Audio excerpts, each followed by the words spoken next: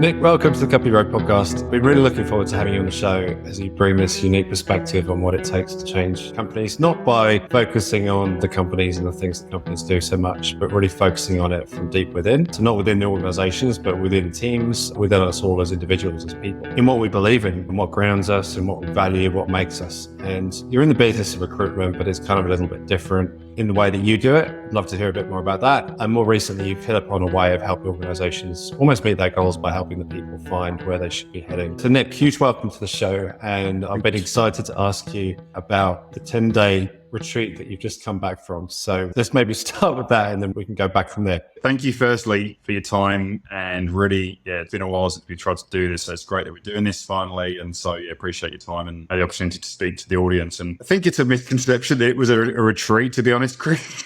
Tell me. Yeah, but I mean, it's interesting. I've been telling people I've been on a retreat, and I mean, people think of the word retreat and they feel like it's almost like, oh, there's cocktails and there's massages and those kind of things. I mean, it was probably like that, but most of the work that was going on was in my head. So essentially, I spent 10 days, 9.5 days in pure silence, other than being able to talk to two individuals, one of whom was a teacher and one of whom was the manager. And the manager's there to assist any sort of day-to-day needs. And the teacher's there, like, in terms of talking about the meditation practice. So there's essentially a Buddhist approach to meditation. I can't speak into it in a great historical understanding of what it is, and though I am now engaged fully in that practice and attempting to continue to practice, I saw the version of myself that I am from a very different position, because I handed my phone in for 10 days. I'm 46 now. And I mean, what are we talking about? We're probably talking about at least 20 years of mobile phone, 25 years of having a mobile phone, iPhone, maybe, 15 years.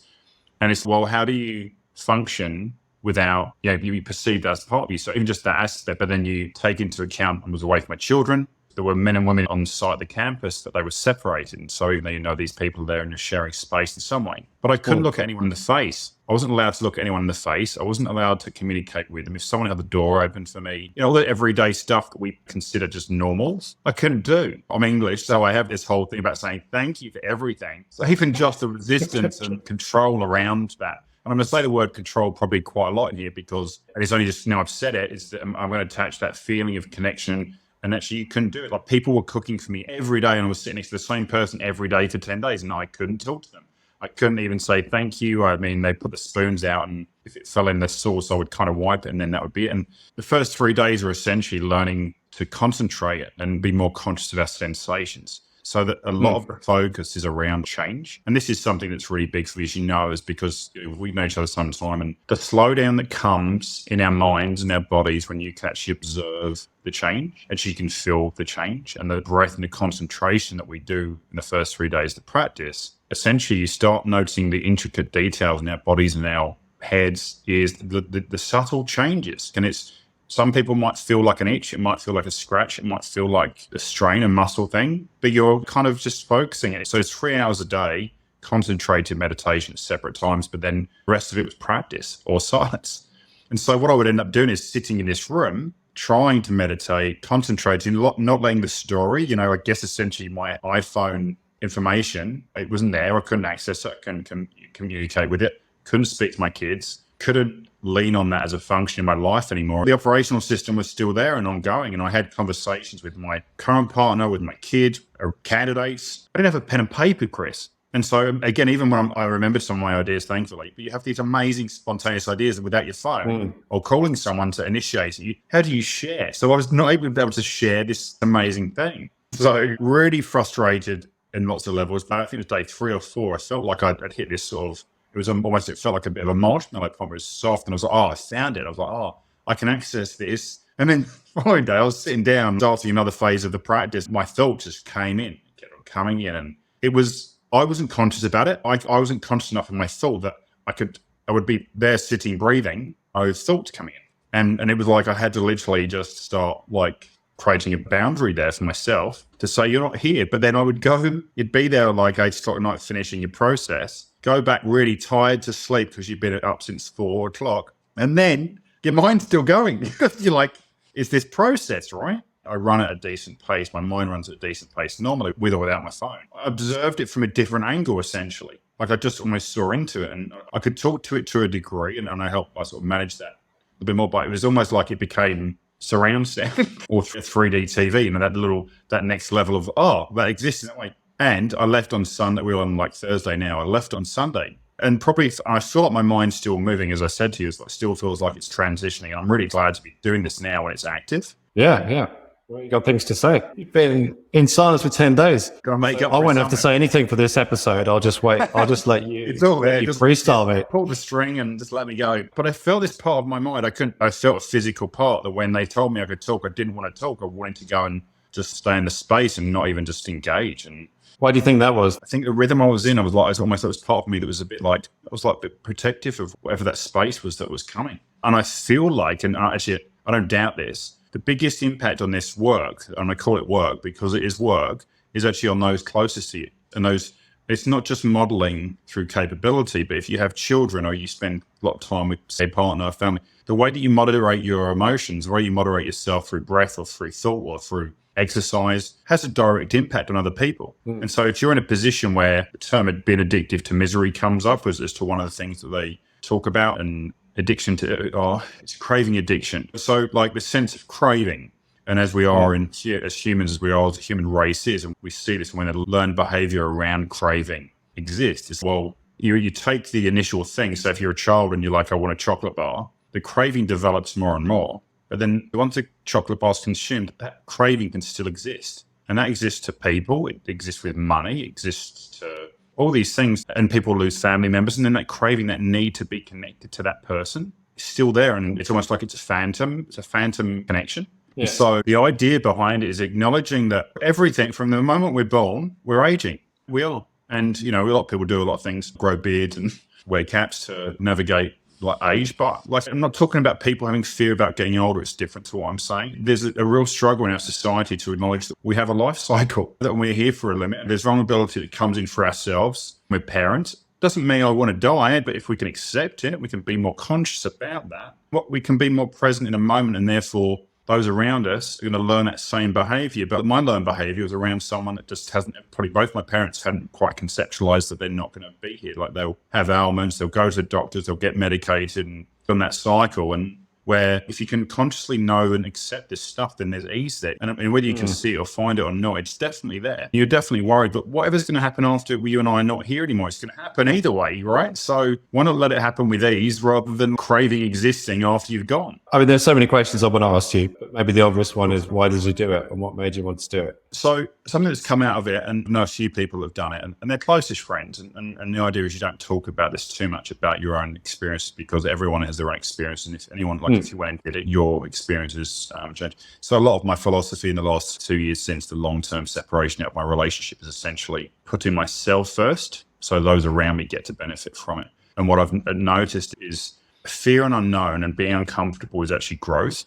And this applies to so many aspects in life. You're comfortable and you're maintained in a safe job and a safe relationship. When I say safe, I mean a secure job, secure relationship, all trusted systems and mechanism. That's great. But what happens when you get to your sort of 60s and 70s and you want to retire, and then you've lived this life of what? Because if you don't step into part of one of my coaching practices essentially is like this whole pathway piece of like, we take the right turn most of the time. Sometimes we'll go straight, but we'll never go left. Now, what if I'm really very specifically going to take more left turns in my life? I'm actually doing that. I don't know what that looks like for me. But if I'm inspired to do something, I think this practice will exist in some capacity in my life. That Vipassana will exist. What I'm gaining from it is I've already gained another perspective around my anxiety. I don't entirely understand it as a formula, but I feel like even just in a day or two since I've had time with my children, I feel like I've been more connected and grounded with them. And I use that word a lot as well, with grounded being present. And I think, again, having children, giving them lots of stuff and things and doing the things which I want them to have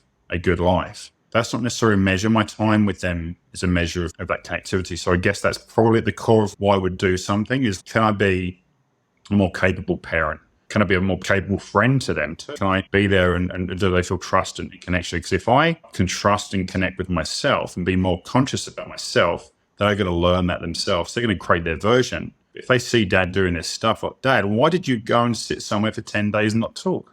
This morning I had my first singing lesson. So I'm just like, and I may not ever sing professionally or do anything, but I'm going to try, because again, it's an opportunity to do some expression I've never done in my life. teachers put me down, and I'm like, well, okay, well, find more comfort in the things you're going to find challenging. And you don't have to know why, other than it doesn't have to be a why. It can just be like a choice. So my choice is, I've got to get income. My choice is, I want to work with good people in the right way. And it's not everyone. And when I say work with people with coaching or recruitment, it's just being honest and true. And sometimes that's, especially in the marketing and advertising and design industry, we don't always get truth because we're so fast moving. Like, people are just really busy in their minds, and it serves that purpose, that delivery. I feel like people are going to need to slow down. I think obviously mental health in the workplace is really coming up. And so I feel the coaching piece of me going into a space of saying, I sat in 10 days of silence, and it was confrontational, and then people start a conversation of trust. If I speak to 20 people that I need, at least one of them thinks about doing it, doesn't have to do it, thinks about it, that's provocative, and starts maybe people thinking, okay, well, 1 minute, maybe I could do that, or what could I do? Or we've got to trust ourselves more, not just be in the mundane, not just be in the normal everydayness of what does exist, if that's what you're comfortable with. And it's okay. I'm not insulting anyone that has a normal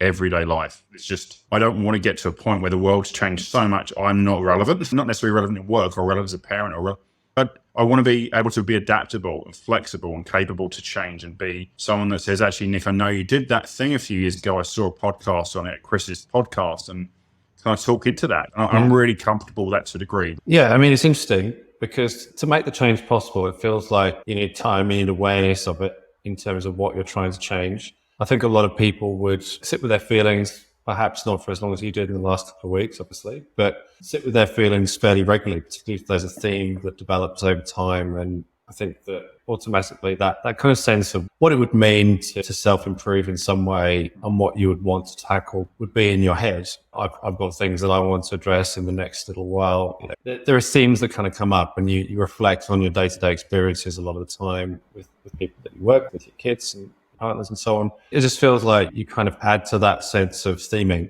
but actually to flip that into a force for change in terms of no more inertia, you're actually doing something about it, and you're taking positive steps to address that. Maybe it starts with the fear, maybe there's another trigger, but what are some of the things that gets this thing kind of moving along in a positive direction, you think?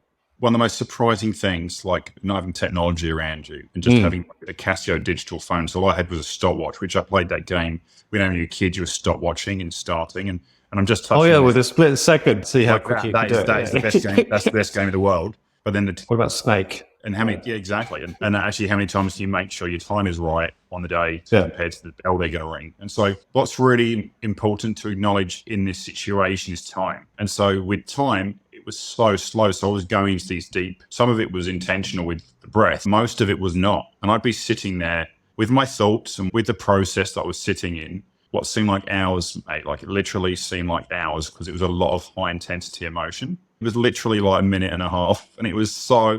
I don't know if I can swear, but I'm not going to swear. It was so... You can swear if you like. It was fucking hard, mate. When you really feel invested in this thing, you feel like you're getting somewhere, and then it's like a minute and fucking half. But what ends up happening from that is we all have time. We have time, Chris. We actually have really good time, and we have calendars. And we rely on all this stuff, the things that exist in our days, including our phones and our... It's a bit like this practice that if I continued it, essentially should be done at the start, at the end of the day, an hour, yeah. And it might be tricky when my kids are there, undoubtedly. But if I can create that routine and they're familiar with my behavior around it, and then that can be, I can enable that. Like I can literally wake up, do that before the gym. When I go, I can do it. And I don't know I'm a parent and I don't have my kids the whole time, but it's easier for me to say there's time. I get it. But it's also like, there's no one more important in the world than you, no matter what you read, no matter how much money you have. And if you don't allow yourself the things you need, including time and space to do the things you need for yourself, which some of that stuff might be really hard.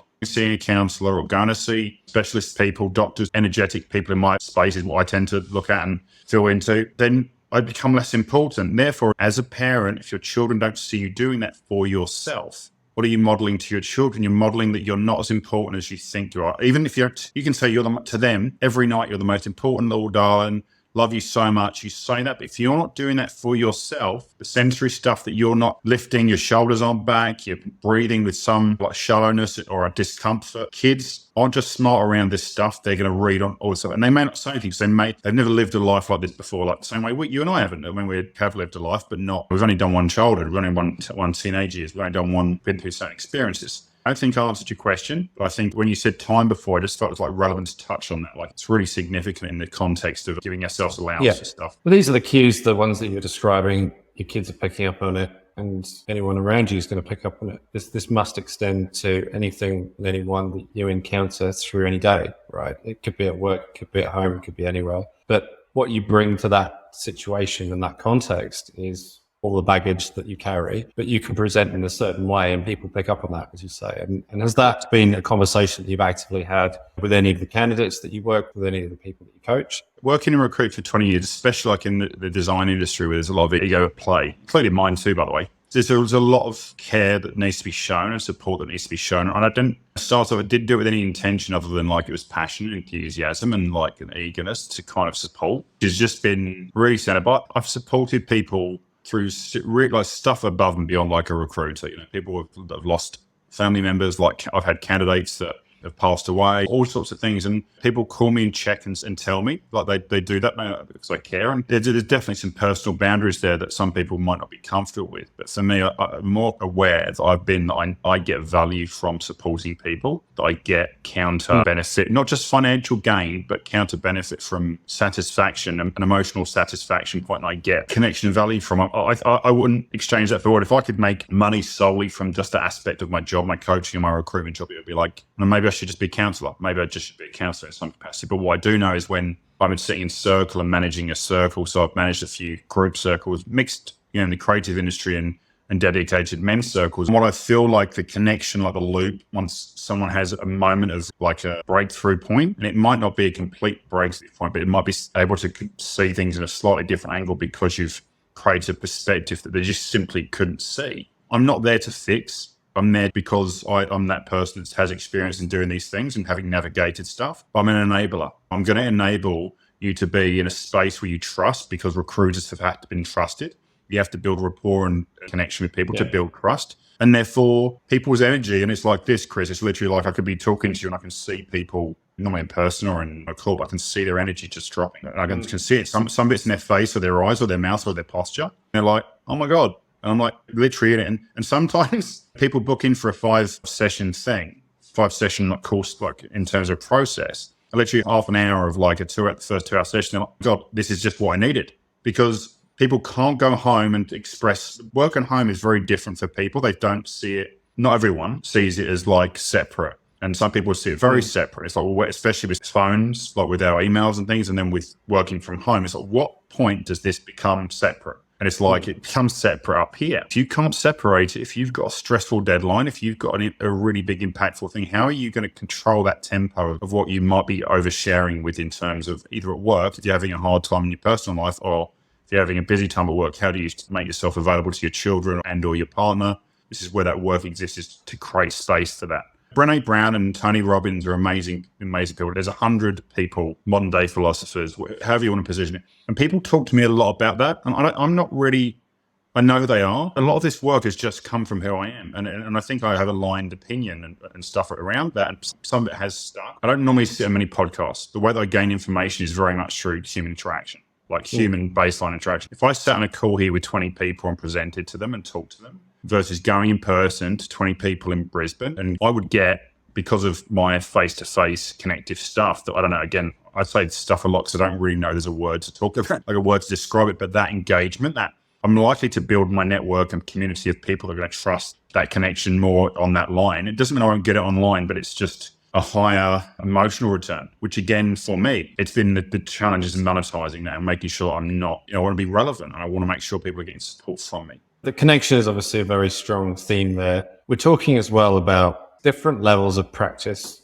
around self-awareness. So yes, if you want to call it that. Yep. And on the one end is like very simple to do. People might try out a meditation, or they might do some breath work or something. And then it feels like to them, or the people that haven't even got to that stage, that going on a retreat would be like way down the track, right? It would be like several steps ahead of that. So I'm just wondering, for people listening to this, what would be a helpful start, really? I think a lot of people work in overwhelm, right? We work in an overwhelming space. And whether you're in your first job or whether you're in your last job or somewhere in between, society has had a lot of stress that's been caused, I think, probably prior to COVID, and then it's probably stepped up that degree of overwhelm. And so where we're seeing mental health becoming so prevalent, is I would probably advise most people that are listening to this is you probably know somebody that's operating similarly to me, not in terms of my coaching approach, but in terms of doing research around alternative thinking with alternative processes. Obviously, the meditation, the breath work exists in these environments, but I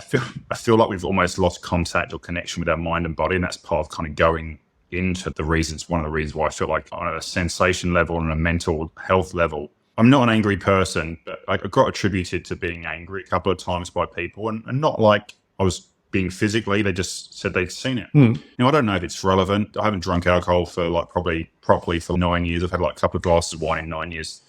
And I don't think it's related to that, but I feel like there's a disconnect when I get to a certain point of overwhelm. The perception would be that I'm uncomfortable, I'm stressed and not threatening. Some people are seeing anger at me. Others, most people don't. But being more conscious and aware of that requires you to have a slowdown. So if people have had parents who are used to working really hard, off their measures of that have been a mortgage, and that they've been like a certain amount of children, all these expectations are there. How do we decipher what our own expectations are? Because a lot of the time we're living other people's expectations. And so whatever you need to do, whoever's actually listening, whatever you feel like you need to do, and if there's a person in your life that's been really grounding in terms of it might be a parent, it might be an uncle, it might be an aunt, it might be a friend you haven't caught up with. I would try, if you can, to go and talk to that person and just ask them, with your hand on your heart, just say, I'm feeling like I'm going through a lot at the moment.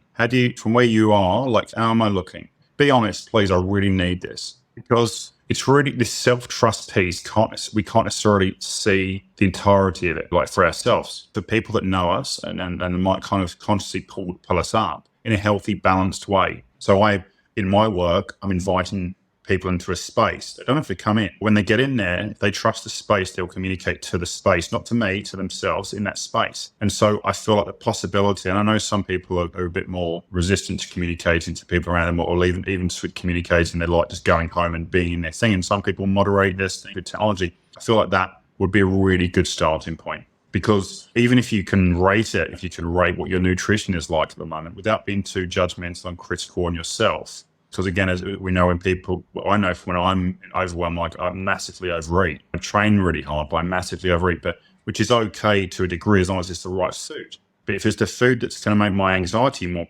prominent in my system, then working it in my body really hard, and then I'm consuming the wrong fuel. And so if I came to you and said, hey, what do you think of, like, how am I going? I'm then like, well, what are you basing it? If you could say, well, I'm basing it on sleep, like sleep seems like it's low. It's going to a GP, whether it's a family GP that we know really well, a lot of GPs are going to give us the things they think we need. And they're going to check if you're sleeping. But again, they can't get into our heads and know how we're feeling. They'll send you to a counsellor to go and do that. In my opinion, if you want sleeping tablets, if you need something to help you get rest to kind of help you bring you down to like more, then you're very likely to get what you need in that situation, providing you're not taking other substances in some other capacity. So it's actually better to build trust. As long as you're not going to be dumping on the person, that's an opportunity, and you give them an opportunity to say, Chris, like, I'd love to get your perspective on something. And I need you to know that I feel really comfortable with you saying no. And that, again, builds trust for myself. Setting a boundary, again, saying, this is really hard for me to say this to you because I don't really know myself. And that's really healthy. And it's just, even me saying that to you, who I know reasonably well, that feels like a release. I'm not telling you what I'm feeling now because that would just be too much show and tell. But I'm feeling something because I've let my guard down. That's helpful. I mean, so we've talked about a few things there. We've got nutrition, obviously sleep, stress, overwhelm. Are there any other major signals that people should be looking out for, do you think? I never ever want to blame my parents for anything. I think that's what they went for a long period of time, blaming them on stuff and for their insufficiencies or inefficiencies. They did the best they possibly could in every aspect in what they were doing. And even me being here today doing the things I'm doing, it's totally down to them and me creating the formula that works for me. And trying to do this next exercise from a very non-judgmental place is really important because you can't blame siblings, family members. You can't do that. The circumstances of every situation, the negative that happens, you'll create strength from. If we can gain benefit, which we can, everyone can. It doesn't mean it's easy. It's actually really fucking hard. If we actually try as a neutral observer, say, I'm really triggered at Christmas because I have to go and spend time with my Uncle Bob, who's really fucking annoying because all he does is talk about his back. And then he just starts putting on the bad TV and then snores. And so if you can acknowledge that to yourself in whatever version it is for you without being critical or mean, because there's potential we've learned these behaviors from somewhere else. And it's probably where I'm just going to. These behaviors, there's observatory stuff. And admittedly, my parents live 10,000 miles away or kilometers away, and it's actually easier to do it from here. But it's also really raw for me because I don't get practice to eliminate those things from my space. And a lot of what I do is if I'm frustrated with my parents and I'm on the phone to them with my kids don't want to talk to them. It's noticeable. I'm polite. I'm doing the nice, they don't want to talk to them. I'm like, that makes sense. When I'm more gentle with myself and more conscious and supportive, something, like I love my mum. I really love her. And there's massive triggers that come up always, just pretty much always. And it's just a dialogue there. And these people and my children are my biggest teachers. If I ignore them, if I bag them, then I'm bagging the opportunity for them. My mum, my children, they're in my heart, they're in my system, they're a part of my genes. If I bag them, I'm bagging myself. So that's what I'm trying to say, trying to do it from a kind and honest place. And maybe you have a sibling or a cousin, you can just share the equal, joined space, especially with the time of year. I don't know, I think this will be getting published, I assume, just after Christmas. Don't know if I should be talking about timing, but we're just in this position where we're going to be a lot around in these situations, and we just do it out of courtesy. Where actually, I'm 46. This is the first time I don't really have any plans for Christmas. I'm going to see the kids for 3 hours in the morning, which is wonderful. I'm actually really grateful. I don't have anyone, Dad got really upset in his eyes. I'm probably not going to. I might go for a run. I might mow the lawns. I might go just watch a movie that I can't normally watch. I might go to the beach. And again, no one else's, this stuff is in my space. So again, this time of year, it's a really good opportunity to slow down, focus. Something, I'm just doing these hand movements now, but Qigong, again, I think I've talked a bit about that in the past too. There's another really good thing around centering energy, Tai Chi and Qigong in particular, around our own space and what is a container, our bodies, essentially, that there's energy but around us that's ours and that exists around us that's ours, and within that space it's utilizing that energy, expressing the energy you don't want, some of the harder energy is the hardest process, and you can invite other energy in. Another one that I would, again, you don't have to be a specialist, you don't have to be the black belt in the whatever, you can just be the person that's looking after yourself, and some breathing or just some gentle movement. I think even if you don't like going to the gym, if you can, the alarm goes off in the morning or whatever time you get up, if you can do that slowly with intention and consciously, you can say, okay, well, I'm just going to take 10 slow, deep breaths slowly, and set your alarm 10 minutes early. Sleep, even if you're having terrible sleep, that breath will probably moderate your space enough that the rest of your day will be calmer. If you jump up and go and do the thing, then that thing will be 20 things in by the time and then there's probably 5 things you haven't done. Then you worry about those things, and then you're like, and if you did that stuff, you're probably less likely to miss stuff, but you're also going to do it more consciously and present, and those around you will gain benefit from that. And mornings, as we know as parents, before school, if your kids go to school, can be really hectic. Again, I get that. But you'll find there's more ease in there. There's more capability of just getting more comfort in our choices and the decision making. And then the kids start doing their own stuff, and they'll be making their lunch boxes or getting their other siblings ready or putting the laundry on, and they've got to learn somehow. Well, that's the dream. Kids doing everything. No, it's interesting that sort of, I guess, that sense of being caught out. Life is there to test people, and there are always things that are unexpected. Is it? You're getting up. Even that example that you gave around waking up, something we do every day, but actually taking time to take 10 breaths isn't something that you do. And if you felt you're thinking about this maybe the night before, you woke up in the night and you knew you had to be somewhere, you would just jump out and do it. That sets how you are responding to that situation, but also it almost says a little bit about how you might respond to another situation. If you're in a meeting and somebody said something unexpected and you respond in a certain way, it's all a training opportunity for how you could respond in that particular scenario. So it's interesting to me to hear you say that, because we're thinking about every moment, in a sense, being a bit of a training ground. So you can practice it every time and probably get better at it than you probably thought you'd be able to, because you don't have to accept that I'm bad in the mornings and that's the way it's always going to be because I'm always in a rush and 10 minutes behind where I need to. You can actually take these steps with every encounter. Just take a moment, right? That sense of being bad in the mornings.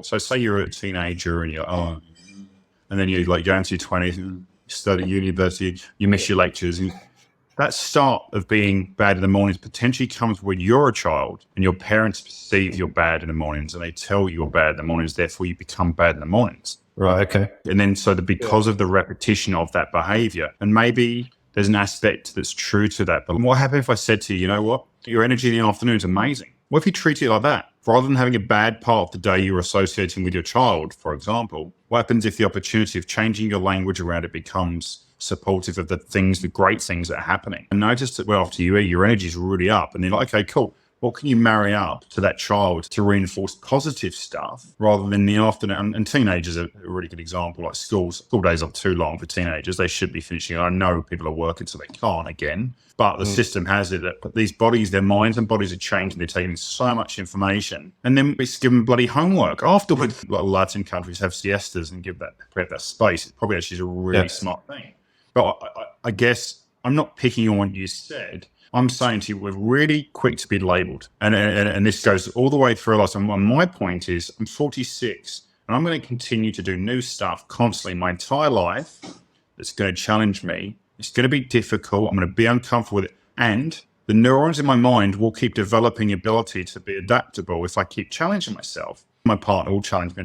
Work will challenge me. What will I do to challenge myself? Real consciousness that then becomes like actually a developed strategy where if I said to you, if you and I sat down, maybe we should do this. It's saying for 3 months in 2024, every 3 months, I want you to come back to me and tell me something you've done for the first time. And if you could say, okay, well, I'm rating it on a scale of 1 to 10 around like discomfort, like it's something I've never thought I'd do. And I'm not saying it needs to be a bungee jump, but it could be you spoke Japanese. It could be, I don't know, like you ate a monkey's brain. If we look into that stuff of new things again as a parent, you're doing that stuff and you're like, imagine if we could go back home and tell your kids you ate monkey brains, and they're like, why did you eat monkey brains, Dad? You're like, well, yeah. So it doesn't mean they need to. It's just like you're saying to them, it was really uncomfortable, but it was there, so I tried it, rather than I'm not going to do that, or it's gross, or I'm not necessarily an the norm person, but like the way that the structures of society have been set up, it's we work hard, we get educated, we get a job, we go into the system of work and tax and money and income, mortgages, have children, go into this cycle, but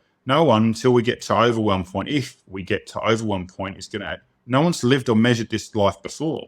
So again, unless you're going to invite these sorts of strategies I'm talking about, so introduced into your life, stuff breaks. Unfortunately, people break and relationships break and jobs break, and just the opportunity that's going to exist in the next 20 years for people to be more stronger and capable by themselves. I'm not going to measure it with a thermometer device or a pressure device on my arm to tell me that I've got high blood pressure. I want to be like, okay, cool.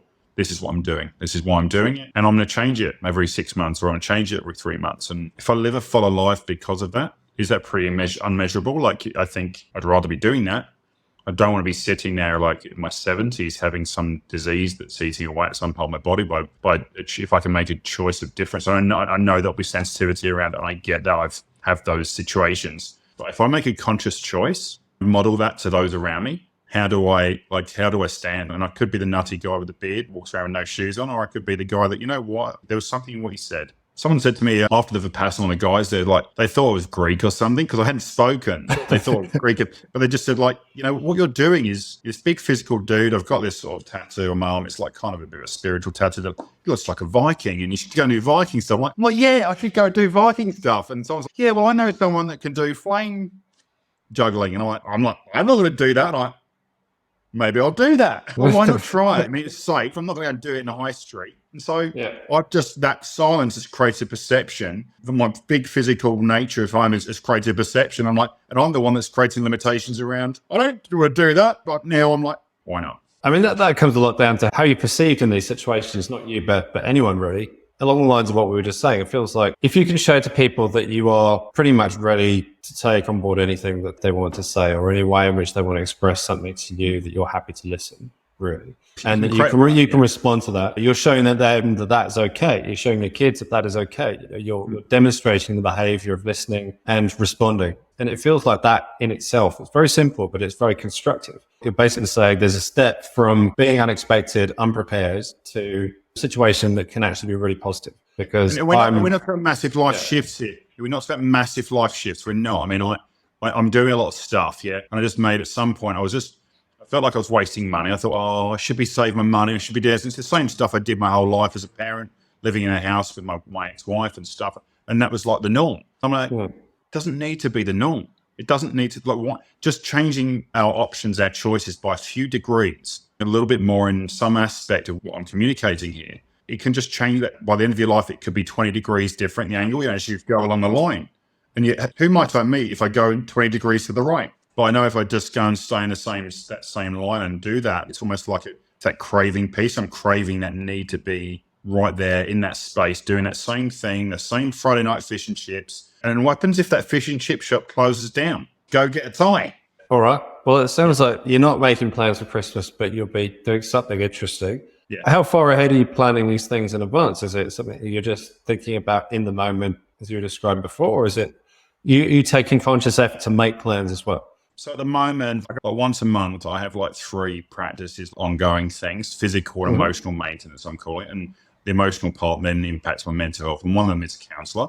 One's kinesiology, which has been really powerful for me in terms of expression from my body and retained energy in my body and doing it in a really healthy, balanced way. I'm seeing her tomorrow and I feel like that's a thing. Once you start being in a circle of these space and people know you're into that aspect, like, that's an aspect you're interested in, essentially it becomes more like a possibility. The Vipassana I booked in last year, it's 10 days. It impacted my time with my children. I probably last year definitely was in a position, my relationship with my ex, where I could actually do that and I could operate in that space. But like, it was the part of me that said, and that was easier now with her. She took that time, but there was part of me that was still missing out on my time with my children. I was like, that was like gold, but I know it was going to improve. Anyway, I guess an old client of mine just messaged me on Instagram and said that there's a man's connection warrior piece thing going on, which will involve some of the things and things like primal screaming, which is essentially, if you're familiar with that term, but I can explain it to you if you're, I know the band, but not this one. Yeah, so he essentially sent me this thing that is this sort of American, I think it's Australian-American group, and they're like 5 or 6 guys, but they're essentially supporting people physically and emotionally and spiritually expressing. Primal screaming, for example, is if you go somewhere where you're not going to be heard to do such thing in our country, Australia, obviously there's lots of space. You might struggle if you're in Clapham Common in your apartment, but the idea is that one man potentially just gets held back, like literally pushes into like a group. If you envisage a reverse scrummage, like one person is literally breathing into their belly, like, and you essentially probably have had some difficult or complex thought that's coming up that's kind of giving you a needing an energetic release, and you're like, and literally breathe, but you would scream and express and push. Some people get held down on the ground and there's no physical handcuffs, it's literally man on man. The idea is the energy is released out of bodies, because if some people sing and yell in the car, they scream in the car, and that's obviously a little bit easier. It might be unsafe, so I wouldn't recommend doing that. But it's really getting that expressed energy of what might be retained in our system out. Is that purpose.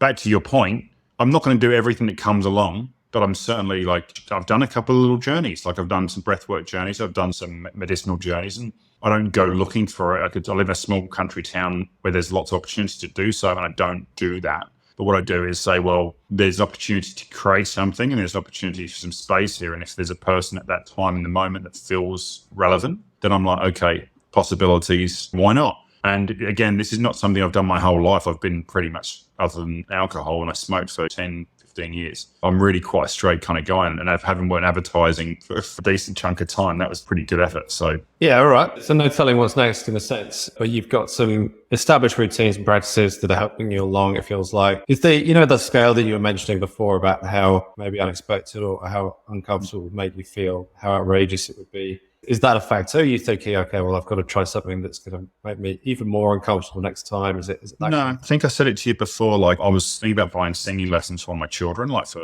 it's her birthday. I was going to get singing lessons for her, and I got talking to the singing teacher, who was an older lady, and she was lovely local woman. And we got talking, and she just talked to me about like how she works with a lot of men, and she works with a lot of men with essentially lacking expression. It ties a little bit into that primal screaming piece around expression and learning how to communicate and articulate, because a lot of people that go to school and not necessarily get bullied.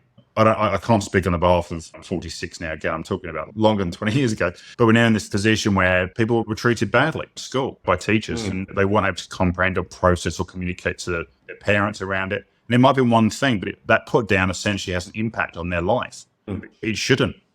And so we got talking about it. And so I had a singing lesson this morning, and it was lovely. It was really nice. And I sang Yellow, and then we got a guitar out because she's teaching. She just, it's really supportive to do it, like you know what you're doing and what you're playing. And she's just like really kind, gentle. And I think I'll continue with it. But that's the sort of easy, again, it's an opportunity. But it's about, again, it comes down to that piece around trust and connection. I am really fortunate to live in a town where there's a lot of talented, creative people. There's a lot of spiritual people. There's a lot. And I think probably outside of cities, there are these, whether it's Byron Bay or I'm sure there'd be dozens of them in Victoria around Melbourne. They just exist. And that's wonderful to see. And I think it's growing. It's a growing piece. But no, it doesn't have to be the most outrageous thing. It doesn't have to be life-threatening, but it could be just something really basic because, again, when my kid goes and has her first music lesson for the first time, I know I can bond with that now. I can connect with that now. I said, I had a lesson with her too, and isn't she lovely? And that in itself will be an opportunity, and why make it one that's maybe missable? So I just feel like just trying, because at some point someone in my life told me I'm able to, and I had to learn that in a healthy, balanced way. It wasn't someone took me aside, and it was hard, I guess. If you weren't in that space of being successful or good or even just average, if you're below that point, then it's like, well, teachers see that as extra work. It doesn't make them look good. So this is, again, my perception of what it was like rather than now. I have a different opinion now, but that will be a very long story. I think we should never really be too old to learn. And I know information technology, these wonderful things exist, and I really appreciate it. And there's a lot of stuff that we can do outside of our devices that promote, and then including going for a run and not having your device on you, not knowing, my wife's going to call me with something, or the work's going to call me, just letting go of that, like putting it away and getting it away from you, not just from an active energy on you, but from a space of you like, okay, well, it's just me. It's my body, it's my mind, it's my heart, it's my gut, it's my legs. I can feel myself rather than be like, oh, I'm listening to my favorite song and here's my playlist. And I'm looking forward to messaging so-and-so on WhatsApp when I get home. And I come across as being a bit skeptical of technology, but I do really have high value for it. And maybe I don't moderate it enough. I think I'm learning to moderate it more in my own world. But I also feel like I think it contributes a lot to people's anxiety and overwhelm without us knowing, in terms of having healthy outlets, having the balance. Yes. You can find balance with it. Yes. Yeah, I mean, there's something to be said for it, obviously, within the context of the rhythm of life, and people obviously use it as a crutch, really, to make things work, to be organized, to get ahead, to be informed, all of these things. And actually, it is an opportunity for that. But at the same time, grounding in yourself, like you're describing today, balancing that with probably more real connection, either within your own mind, body, spirit, but also with other people that you know and whose time you value. Like you were saying earlier in the conversation, the time that you spend talking to 10 people, 20 people face to face is actually invaluable to you from the point of view of understanding them, but also in gathering knowledge in that sense too. So I think if there's one big takeout from this conversation today, as well as the monkey brains and the interesting things that we might try from it, is that that connection can actually be the starting point for finding out more about not just other people, but about yourself and how they respond to you as well. No one's lived any of our lives before. And when you take into account how new technology is, this technology that we're using, and know what the potential long-term benefits and negatives are, it's relatively untested. Again, I know you're a little bit younger than me. We don't know what the developmental aspects are going to come in the next sort of 5, 10, 15 years in technology, potentially takes it into another space. And that's okay to a degree. I'm not going to be creating any fear-mongering around it, because it's just that I think you make your choices. If you can make a choice based on your welfare and your health, and you're prepared to do that, then that's what we're talking about. But when we're talking about the energy, like, it's great we have health apps. It's great we have the system saying, you spent X amount doing this. But if someone says to you, can't do it, are you going to stop? No, you're not. And whether it's games or whether it's social media or whether it's communication with people, it's like, well, if we can slow down to create this safe space for ourselves, that's what we're talking about. And that's why, again, with my work, the coaching exists well and will continue, I think, to exist well and develop well, is because of the opportunities that I think people they know they're addicted. It's a bit like when you're an alcoholic and you can't stop. Some people will be able to stop, and it's supporting that mindset, supporting the trust in it is possible. Tell me to stop drinking coffee, though, otherwise I might have to sort of stab you. It's all about you, I agree. I don't. That would not be good for anyone. No, well, coffee's a big thing. But hey, really appreciate the chat today, Nick. We've taken a lot from it. The listeners are going to get huge amounts from it, just in terms of your perspective, your stories, your experiences, but also in terms of how they might tune into something that's important to them in their own spheres and in their own lives as well. So, and within all this work, what I can pretty much guarantee, no matter whatever your relationship is with others, a family member, your work, going to work, it will make a massive difference. Trust me. If you can just give yourself some allowance to integrate some of these things, or just be slightly more conscious in your decision making, it has a massive flow-on effect. And you might be surprised about how people start interacting with you if you're feeling stressed at work or incapable or limited in some shape or form. If your communication becomes clear and not coming from an anxiety point here, either talking from your gut, like you're talking from your heart. Like, honestly, people will value that. And again, I think the opportunity is great to go into the work piece. I know we didn't talk about work too much, is really connecting into that and really bonding with that, because we have so much power and capability, so much. And that's why I invite every one of your listeners is to be more aware of how powerful you can be with your decision making. Good stuff. Powerful stuff, I want to say. I'm going to be on the phone to you tomorrow to come up with a strategy. I'm not letting you go, mate. I'm not letting you go. I'm going to come up with a strategy, and you and I are going to hold each other accountable to this, like in a nice, gentle way. Like, we'll think of some reasonable stuff. And it doesn't have to be like you have to go and be quiet for 10 days anywhere. I'll be more gentle with you. I'd actually be quite interested in that. Just from what you're describing, I'd be quite interested to do it. So I'd have to also... You'd come out like a guru, I reckon. Right. Yeah, really appreciate your time. Thanks so much, Nick. And I'm really if people want to get in touch, if they've got a question, they want to find out a bit more about you, and maybe they just want to have a chat or ask you about something, what's the best way to get in touch? The best things are probably just on messaging systems, really honest. I mean, you can email me at nick, N-I-C-K, at hire, H-I-R-E, ground.co, or one of the messaging systems through Instagram. So at hireground.co is the handle, or directly on my LinkedIn. It's probably the best thing. Like, I love this work, and I'm really grateful for you, like, giving me the opportunity to talk to your audience. And like I said to you, I can't change the world, right? But what I can do is just try to be honest and true to what I'm trying to be. And if I can do that and inspire at least one person to have one of the conversations that doesn't have to do anything actionable, that's what I'm hoping to do with this stuff. So really grateful. Thank you. No, we appreciate you. Thanks so much, Nick. And have a good day in whatever you choose to do. Enjoy it. And we'll talk again soon. Thanks so much. Okay, so that's it for this episode. If you're hearing this message, you've listened all the way to the end. So thank you very much. We hope you enjoyed the show. We'd love to hear your feedback, so please leave us a review and share this episode with your friends, team members, leaders, if you think it'll make a difference. After all, we're trying to help you, the entrepreneurs, kick more goals within your organizations. If you have any questions about the things we covered in the show, please email me directly at chris@companyroad.co. I answer all messages, so please don't hesitate to reach out. And to hear about the latest episodes and updates, please head to companyroad.co to subscribe. Tune in next Wednesday for another new episode.